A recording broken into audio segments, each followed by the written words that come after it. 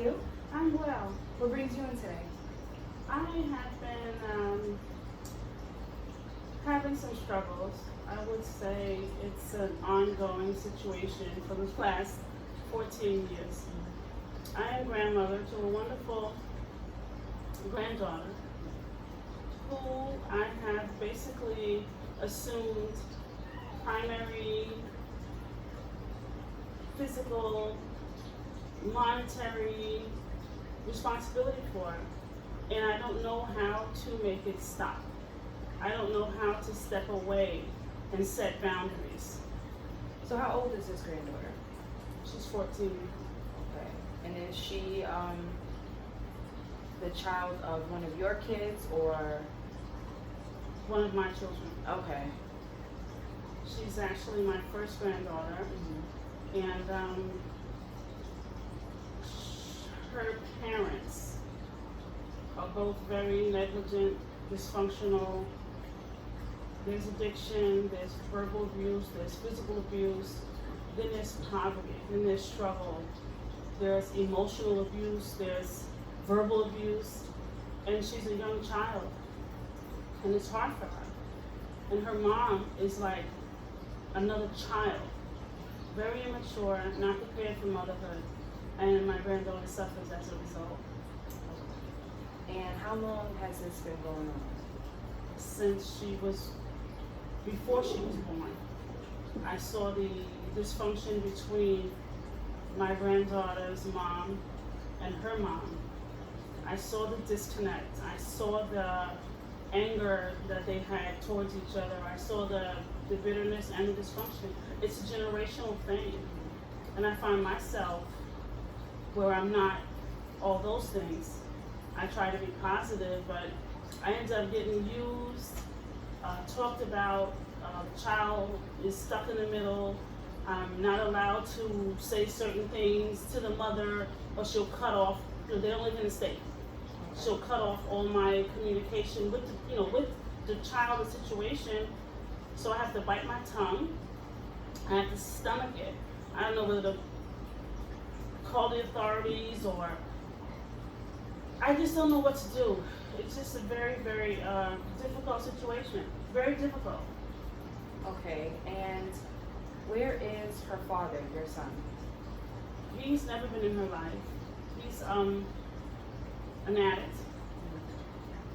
And he can't help her because he can't help himself. He's not there for her. He's fully aware of everything that she deals with. But because of his disease, he hasn't accepted the fact that he's powerless to drugs, and he's like a little con artist. And can you tell me a little bit more about how you and your son's relationship has been over the years? The first, I want to say 15, maybe 16 years was great. He was my best friend. It was just him and I for a while until my second child was born. And he was terrific. He was fantastic. He was smart, handsome, charismatic, good at anything he tried to do. And he started to experiment with drugs. And he just turned 33. And from 16 until now, it's just been one bad thing after another. Theft, arrest, lies, deception, manipulation. It's a really, really, really bad cycle. And the fact that his daughter suffers so terribly, he's not in a position to help her because he doesn't believe he needs help. And his mom is the victim. Her mom, I'm sorry. My granddaughter's mother's a victim. She was brutalized and, talked down to and berated, and it seems to me the generational cycle is trickling down because everything that she went through, being the eldest of her mother's children, my granddaughter's the eldest of her mom's children, totally responsible for doing their hair, giving them baths, checking the homework, cleaning the house, cooking the food, and she's 14. So going back to when you told me that for the first 15 years, you and your son had such a great relationship. So were you his only support system? Primarily and basically, yes. His dad was murdered when he was 2 years old. He never knew him, has no memory of him. He's a lot like him in a lot of ways. But it was hard for him. But he lived a good life. He didn't know. He knew me. He knew me. It was him and I. And we were good. And things started to turn. And my heart broke for a while. I was like there and trying to, help him over each hurdle as they came. High school didn't happen. He's brilliant. He ended up getting a GED. And I guess the manipulation began. Oh, poor me. My dad got killed.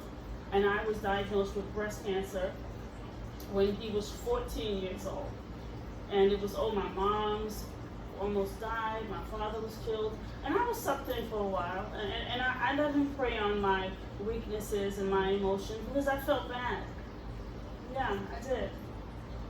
But I don't anymore. So going back to, you said you first started experimenting with drugs when you were 16?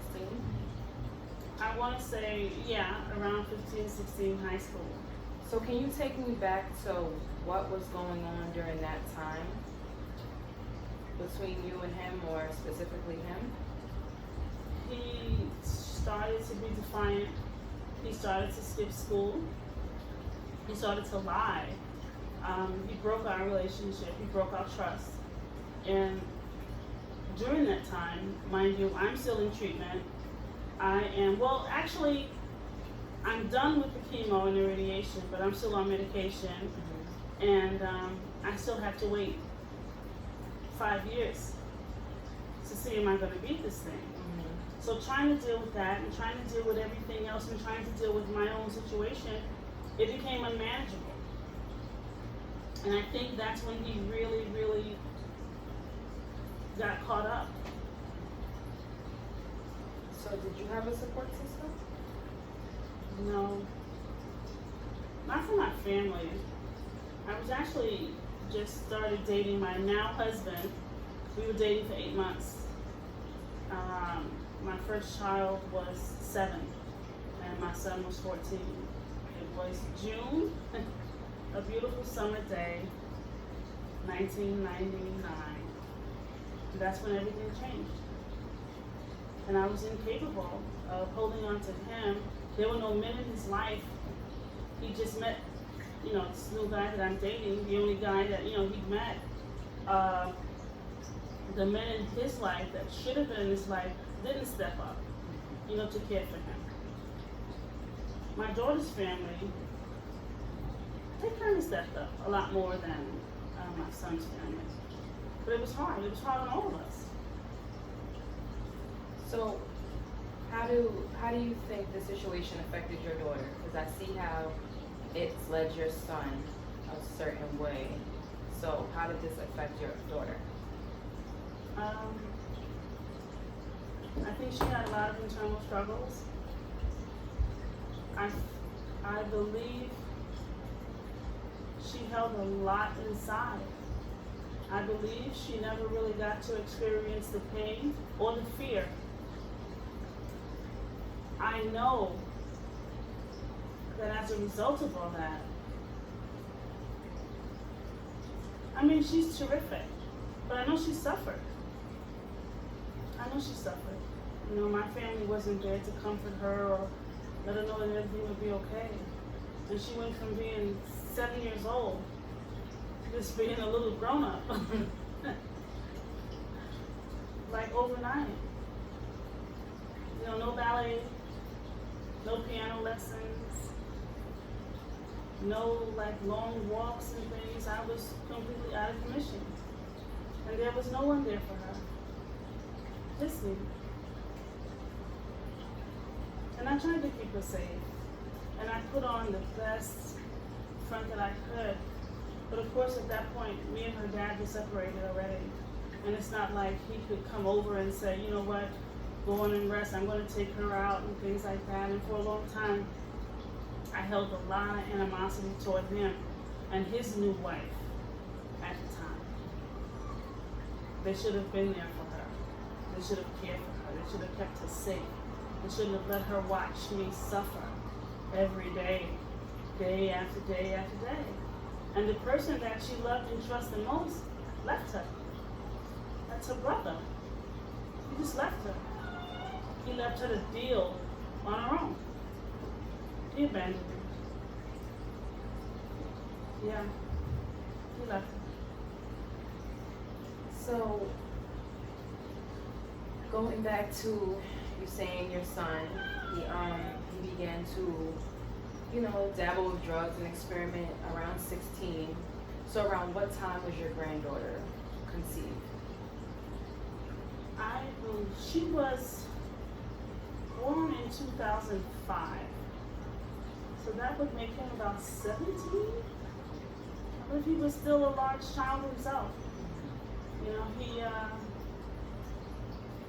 was only, it was just a lot of marijuana, a lot of reefer.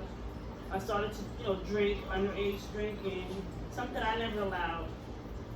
And because I wasn't able to fully parent him the way I had all along, there were gaps and creases and things that he fell into. There were adults that disappointed him. There were adults that didn't care what he did. He had no support. He had no direction. And he started to enjoy the freedom. And I'm here to tell you today that marijuana really is a gateway drug. It progressed from marijuana to pills, to cocaine, to heroin, to ecstasy. And then he became like a drug trap. He could take and do anything that anybody had. So, your then boyfriend, who is now your husband, how was his relationship with your son? Initially, before the drugs and the diagnosis, it was fun. It was fun. It was new. It was exciting. But he didn't have a good. It wasn't good for him either. Here he is dating a single woman with these two wonderful children, and 8 months in, she's diagnosed with breast cancer. Do you leave? Do you stay? Can you handle it? Is it too much for you? And at that point, he's like, okay, I can do this. But then he realized, where's her support system? Where's her family? Where's her mom? Where are her siblings? She's the youngest. Where's everybody? This is all on me. Whoa, I don't know if I can do this. I didn't sign on for this.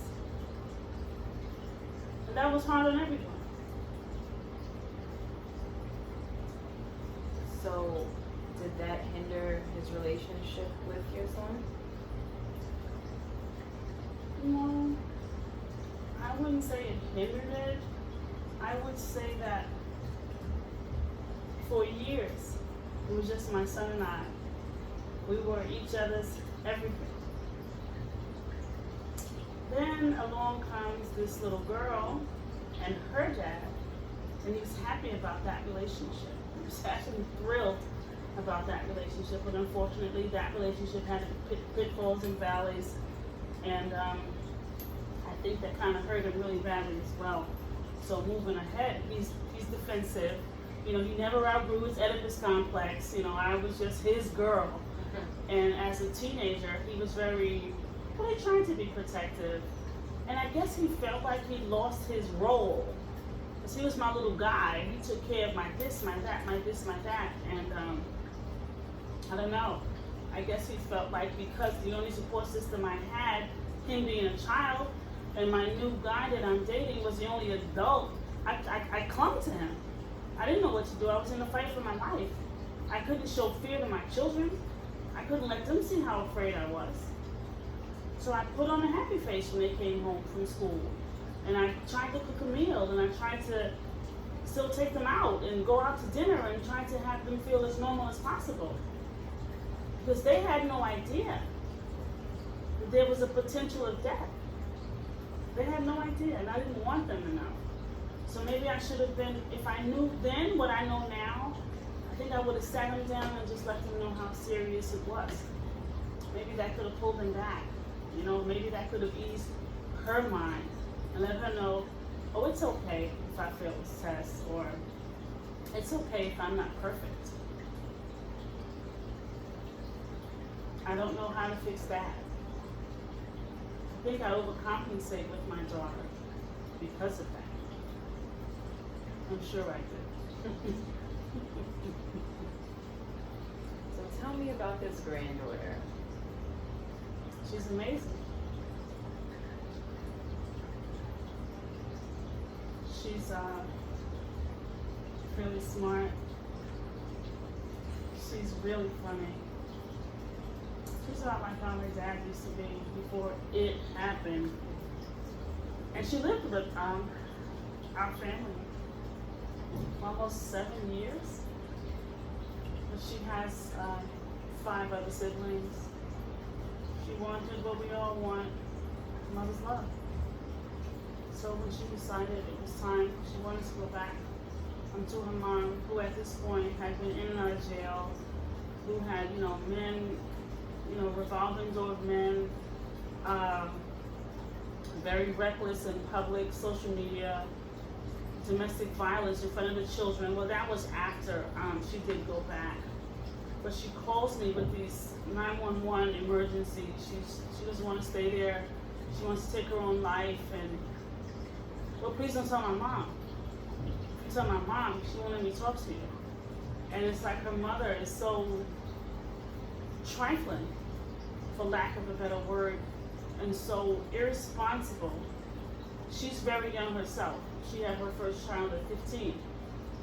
I think in her 20s she had all 6. I think they're 4 fathers. So she's looking for love in all the wrong places. She's resentful toward my granddaughter and the other children. I do a little something for them since they've been in the world. However, she's too selfish to say, you know what, I can't do this. You guys, let me get my life together, or let me not get my life together. But the children deserve better. So I'm constantly, raging against myself because once I step all the way in and, say that this is what needs to be done to save her life, her siblings, because her siblings' grandparents are not active. All those children call me Nanny. I try and make their Christmas or Easter or whatever happy, but they're going to end up in the system. I know they are. My son's an addict, but he has a support system. He's always had a support system. And we could get Jalen back, but how would that affect my relationship with her? I really didn't want to say her name, and maybe you can go edit that out or something. However, I don't want her to be resentful toward me. It's bad enough I've had to assume being her disciplinarian, being her teacher, which I don't mind. But I mean, as far as just like, that's not what grandparents are supposed to do. I just want to love on, spoil, and do fun things. But I'm responsible for her dental, her vision, her everything, her clothes, her furniture, everything. But her mom, collects state funds or, county funds or whatever, and she just keeps these children. It's really tough to talk about my granddaughter because I feel like I'm failing her. And I've taken on so much responsibility, and I have to say today that it's not my responsibility, it's my son's responsibility. He needs to step up.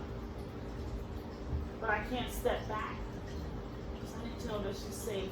Someone has to let her know that she's loved and she's cared for. And outside of me and my daughter, I don't think there's anybody else in the world that she believes really loves her. And that's heartbreaking. So tell me how that's affecting you.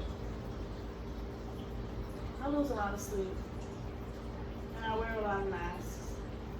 Because if I let it out, I don't know if I can bring it back. I don't know if I can push it back down. I keep it pushed down. You can't parent a child over the phone. You can't, her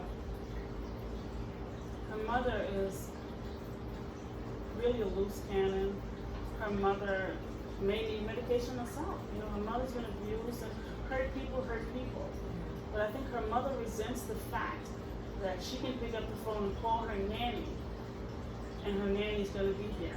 So now her mom uses that. Call your nanny. So badly that my granddaughter and I have a password. You know, we have a little saying that we say to let her, it lets me know that her mom put her up to this. How pathetic is that? She's so compromised and manipulated.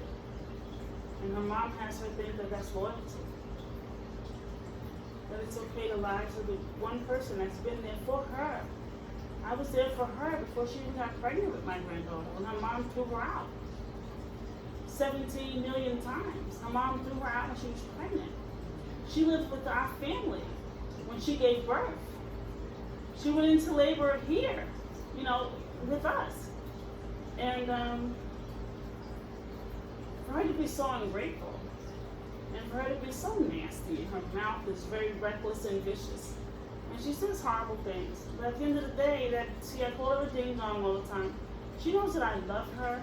I feel sorry for her, too. Jalen isn't the only, she's not like the only peninsula, you know, to the whole situation. Her mother's suffering as well. And me, you know, still being who I am, trying to help the situation, often thwarts the relationship I have with my daughter. Because I can't stop. I have to be in touch with my granddaughter. But she's not going to make it. So going back to you saying that you were there for her before she got pregnant, she stayed here, she went into labor here. When did you and her relationship take a turn? Because it seems as though you guys were building a relationship way before your granddaughter even got here. So can you take me back to when that shifted? That's a really good question.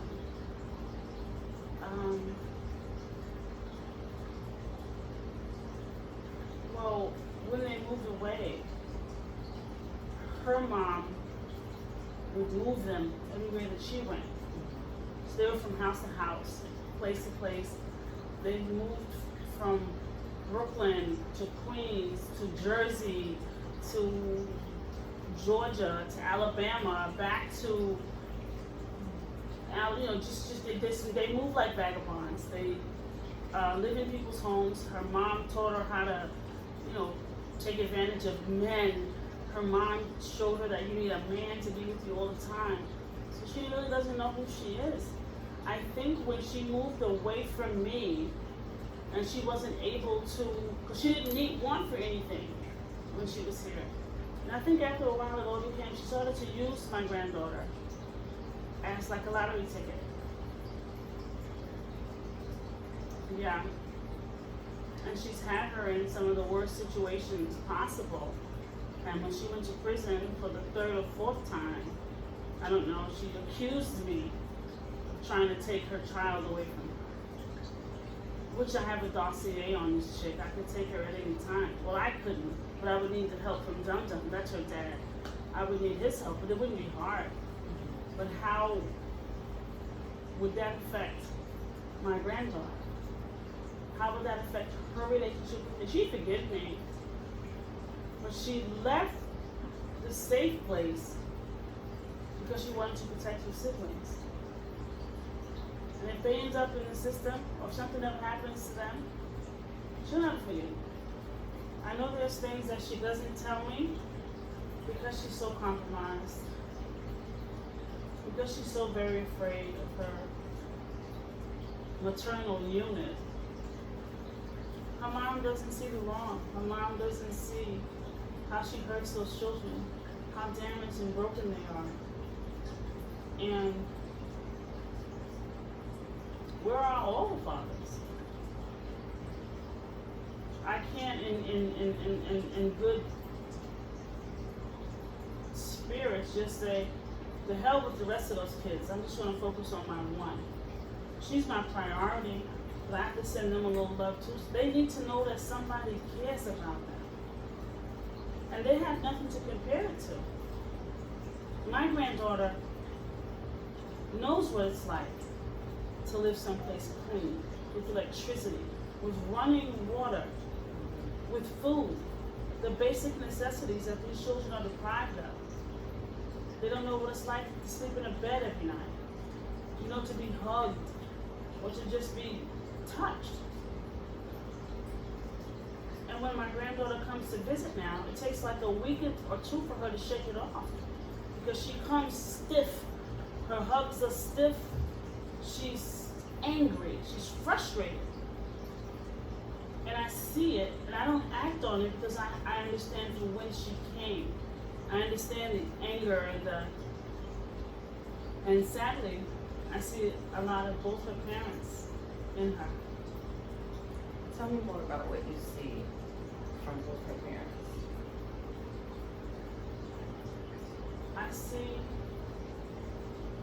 that they're selfish. I see that the disease that her father has totally controls his life. He's had a long time to admit that his life is unmanageable and he needs to get help. But when he goes to get help, which he's gone more times than her mother's gone to jail, but he can't shake off the manipulation. He can't shake off the trying to do it his way. He can't be transparent. He's always been a pretty boy. Now he's a drug addict, and he won't admit that he's a drug addict. And her mom has made a whore of herself. This was a beautiful, wholesome girl when we first met her. She's looking for love. She's never been held or hugged or touched. So it's man after man after man. My granddaughter's witnessed her being beaten, spat on, having weapons pulled on her. The children were molested. It's just a really, really bad situation.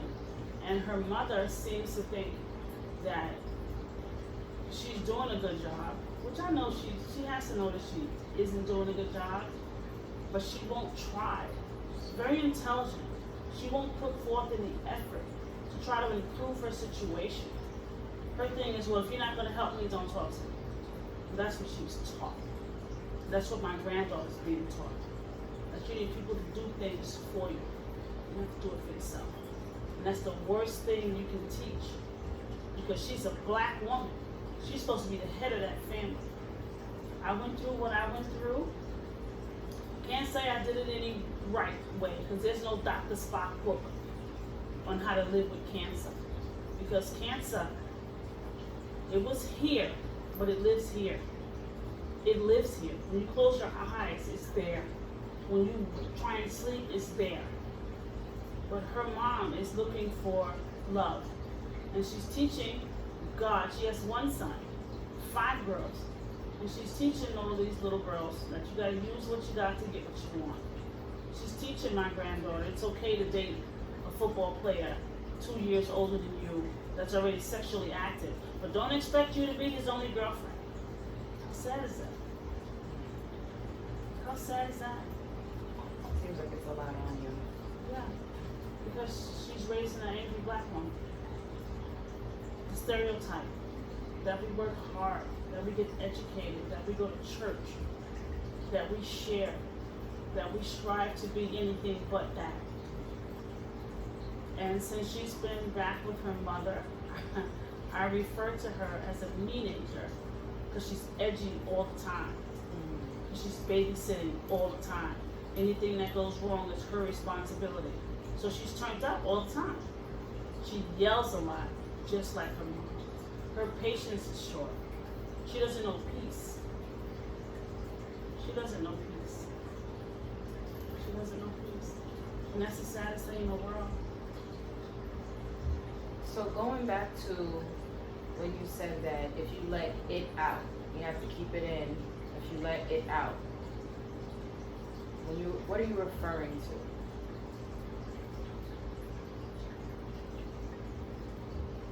You gotta. I'm not only referring to that situation. I'm not only. I don't get to deal with what I need to deal with. Because there's something else that always needs the immediate attention. So any issues that I've had from my unavailable, practically non-existent nuclear family, I can't even deal with those issues. Because when a child's life is at stake, Or you don't know if you're going to get the phone call that they found your son dead somewhere. Or your other kid's going to get overwhelmed, in a car and have a breakdown or maybe crash or hurt herself. Not in a suicidal way, but it's just a lot. Then you have to go to work every day. I'm the one everybody comes to for advice. Where do I go? I come to you. You don't know me. So you don't get to judge. You just get to process what I'm saying to you. I need somebody that understands. I need somebody that was there to say, you're right, that did happen. I was wrong. I should have done better. I should have protected you. So I fight so hard to try and protect my granddaughter, to try and protect my daughter. I never said anything negative to my daughter about the people in her life that failed her. But these people today, she really holds in high regard. And I wanted to kill these people. Here's a beautiful little innocent child. And you couldn't get past your bullshit to take care of her when she needed you most.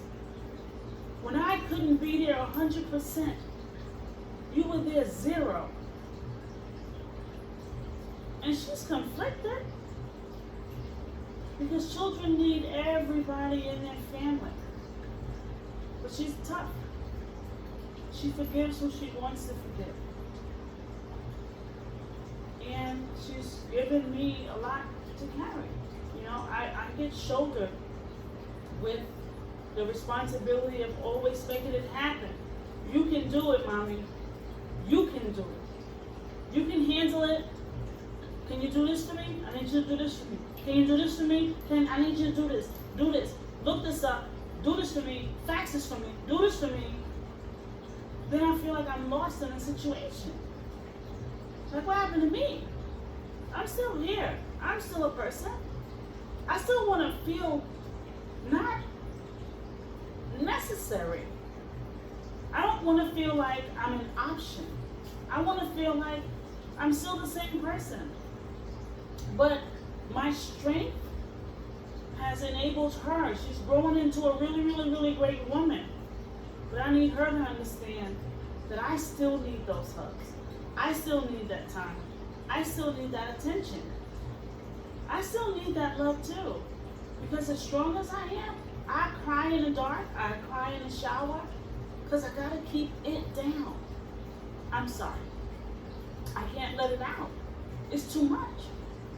I've been carrying it for a long time. But I'm learning. April of this year, I started Naranon meetings. And I thought the Naranon is for family members or friends of addicts. So I thought that was basically what I was going to learn, how to deal with my son's addiction. But there's steps and there's traditions that I am starting to apply to my everyday life. I'm really learning a lot about who I am. And I'm learning how to say no more. I'm slowly learning how to put me first. But there's certain people that it's always going to be hard to tell them no, leave me alone, do it yourself. Because I'm the leader of my family. I mean, my husband and I. But he's softy, He's always been a softy when it comes to the children. And I've always wished that he was a little tougher. I always wish that her father was a little tougher. That would always make sure that her mother was good. That's what men do. And I've had to forgive a lot. And I can't forget some things.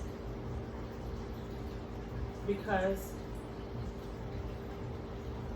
she forgave, which I think is great, because you need certain people in your life. But I still hold a little reticence in my heart. I see a little girl that nobody cared about. And I couldn't be there, not 100%. We still had fun. Don't get me wrong.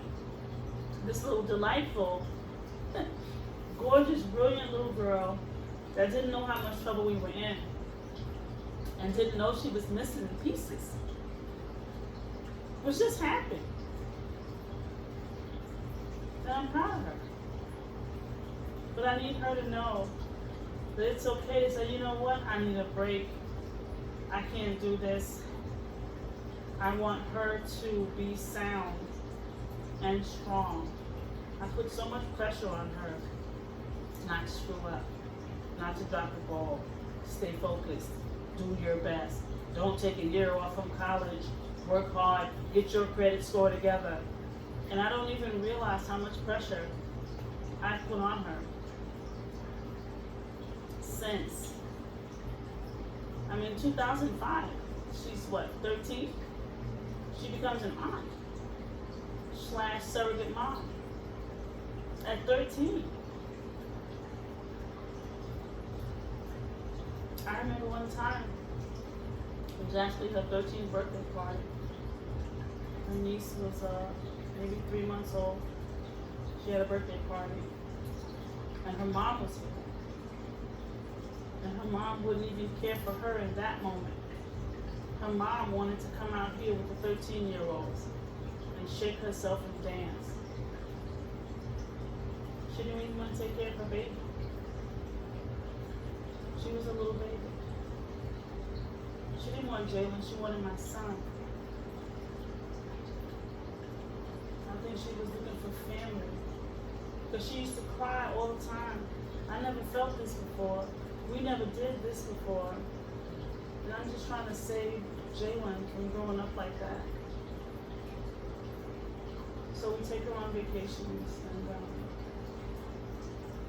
we try and send her things. And I get upset with her sometimes because she's always asking for stuff. A lot of times if she asks her mom wants her to ask me. But she said something to me the other day. She says, if you don't get it, who will? Like she has nobody.